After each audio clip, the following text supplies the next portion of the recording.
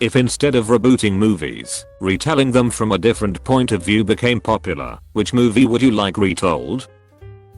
The game starring Michael Douglas, I want to see it from Consumer Recreation Services point of view. I want to see how they manage all the actors and situations to make sure everything goes the way they want it. Edit. I want to thank everyone for agreeing this movie is great, underrated, and the upvotes. Thank you to /u/Blogsley for the silver. People brought up Cabin in the Woods. My issue with Cabin in the Woods is those people didn't know beforehand what might or was going to happen. Michael Douglas' character knew about the ization, and how Sean Penn's character talked about the experience also. It's in the woods. The game was done in San Francisco, so if this movie was done, you can show different parts of San Francisco like the Golden Gate Bridge and different areas of San Fran these actors live in. The Truman Show. Truman grew up in front of the cameras. In a fictional town, Michael Douglas' character does neither. Final Destination. From Death's perspective, I imagine it would just be skeleton hands setting up deadly Rube Goldberg machine with some classical music in the back. Groundhog Day, a day in the life of Ned Ryerson. Mean Girls, told by the girl who doesn't even go there. Forrest Gump, told from Lieutenant Dan's perspective, could be really good, focusing on his training, then getting sent to Vietnam and being in charge of an idiot, then the struggles of a soldier returning from war and the way the vet treated him just for him to reunite with the idiot soldier who saved his life. Princess and the Frog. We got Maleficent out of Sleeping Beauty, so worthy is Dr. Facilia's backstory. He had a debt with literal demons and Oddie seems to give her. Sir David Attenborough's Jaws. How about Cloverfield from the view of a professional camera crew? This is what makes Cobra Kai so good. I would think Aliens from Newt's perspective would be pretty substantial. How a girl survived all that and the loss of her family alone on a foreign planet. Edit. And to clarify, as I wasn't expecting this to blow up, lol. Thank you all. It would be essentially the story of Newt living on Hadler's Hope, some background with her and her family, to the point her parents get face hugged, how the aliens slaughtered the colony, how Newt survived in the air ducts, and what she lived through while ending with Ripley finding her and bringing her back to the Marine Operations Base. It would be set as a claustrophobic horror movie. With a good script, this movie could easily do $300 millimo.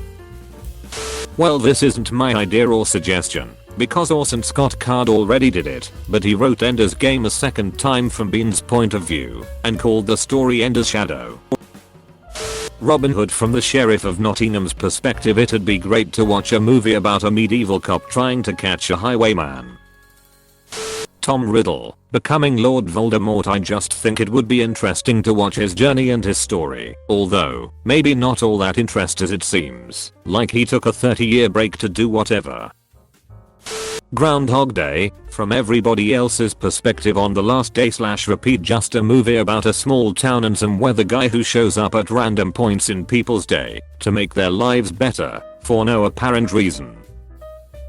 Not a movie, but I would definitely watch Breaking Bad, but from the perspective of Gus Fring. That dude has a crazy story to tell. From his point of view. Avatar: The Last Airbender from the point of view of anyone but M. Night Shyamalan. 500 Days of Summer would be really interesting to see Summer's perspective on everything. Passengers, told like this. Aladdin, from Jaffar's perspective. A college theater group did a very R-rated version that is absolutely hilarious, which can be found on YouTube under Twisted, the story of a Grand Vizier. What I would really enjoy is a late 80s / early 90s hand animated Aladdin where Jafar is the defender of the Sultan's realm against some nefarious interloper who is bent on stealing the princess heart and worming his way into the royal family, and he has a genie. A Lion King prequel from Scar's perspective. Show what really happened before the Mufasa era and see how Mufasa cheated Scar out of the throne. Air Bud, but told from the POV of the kid who was pulled out of a basketball game to be replaced by a dog. Horror movies from the monster / ghost POV. I want to see a superhero movie from the perspective of an insurance adjuster. It could be a comedy, but just like every day he wakes up and he's enjoying his morning coffee and a bowl of oatmeal. Then he flips open the morning paper and sees Iron Man went full Michael Bay again, or the Avengers were back in town.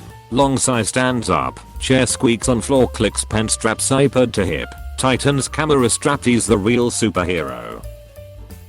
An alien invasion movie told strictly from the aliens' perspective, complete with their confusion about why the humans are responding the way they are. It would make sense to us, but would take the narrative form of a mystery for them. It could be a clever way to illustrate cultural misunderstanding. An example could be, let's show them we are friendly by revealing all our weapons to demonstrate we aren't hiding anything, which the humans would take as a threat. I always liked that about the Borg on Star Trek. They genuinely thought they were helping the people they were conquering. A villain is scarier when it thinks it's doing the right thing.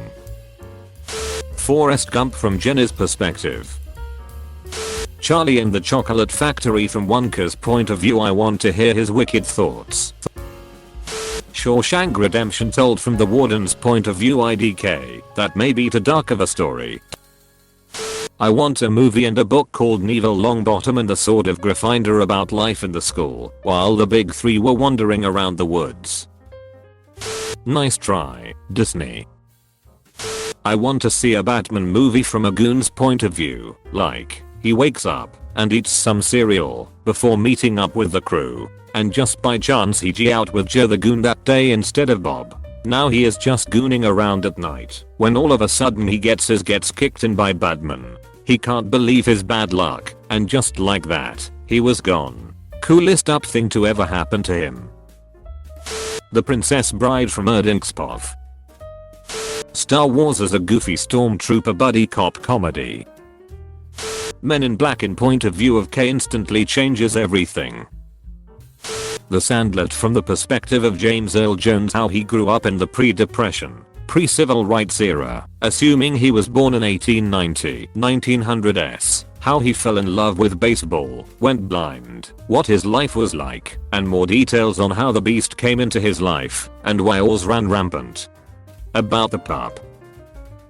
A disabled and disfigured war hero, long past his prime, TS down a cell of terrorists, capturing one of their leaders, but not before she's able to send a message. Call his former mentor out of retirement. In the process of retrieving the message, a family of locals is caught in the crossfire, which said former mentor uses to his advantage to radicalize the adopted son of the family. The boy manages to destroy a critical military base, giving the terrorists legitimacy, and builds up a name for himself over the years as the boy's exploits become more and more legendary. Our hero comes upon a shocking revelation. The boy is his own son, hidden away by his former mentor. He tries and fails to convince his son to join him, but the son rejects him, forcing him to choose between his honor and his family. Star Wars would be wild. A Batman movie from Alfred's point of view. Robocop, the Clarence Diker story. Edit. I'm 100% serious. A Breaking Bad type story about a regular man who got driven to violence and a life of crime in order to make it in old Detroit. It would make a good movie. Rambo First Blood is about the struggle of an honest sheriff trying to stop the sociopath from creating chaos and death in his town.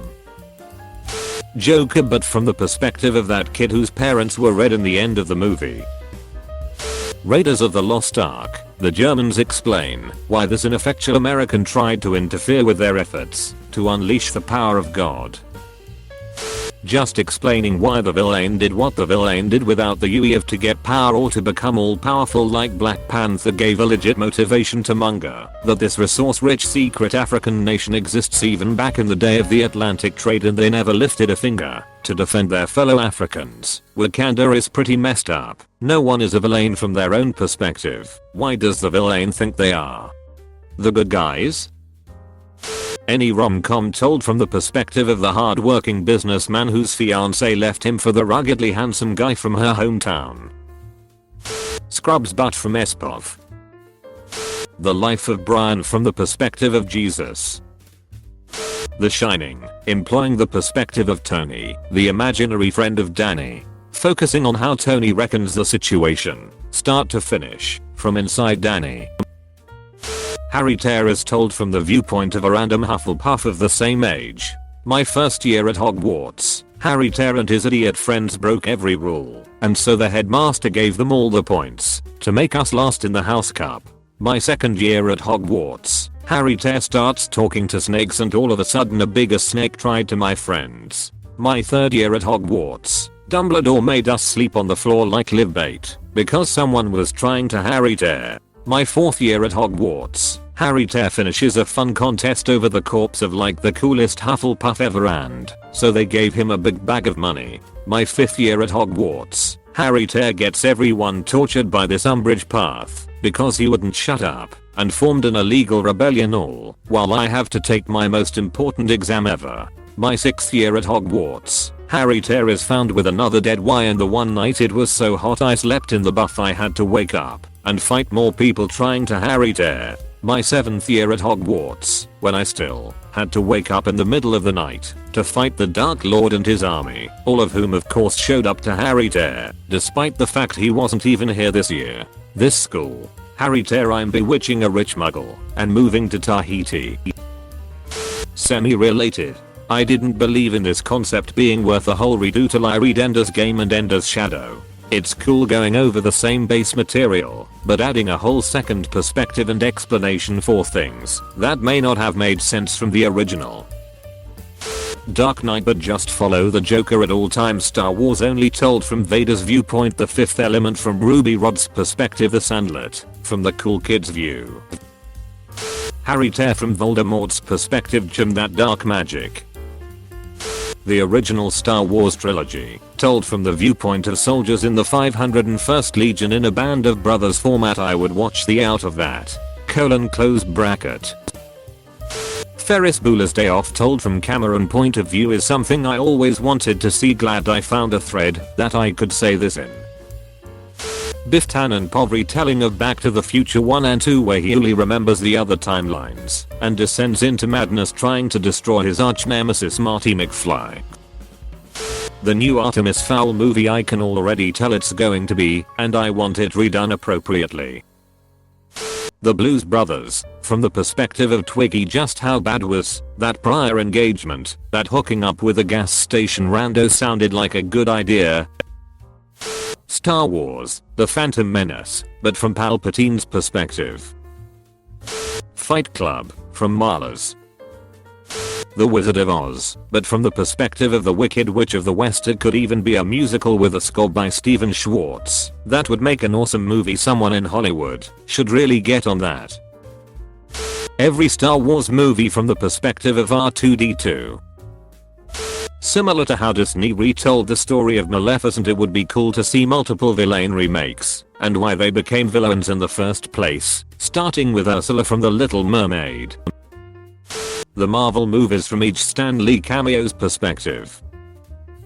Fight Club, but from the POV of one of the people who becomes part of their club, possibly from Angel Face, so we see how he was going about life and how he got roped into everything and his justification for continuing to stay. Could be an interesting movie to see it. Maybe start out with him as a kid and make it seem light-hearted and then show the up life he would have. That would make him want to take this dark spiral.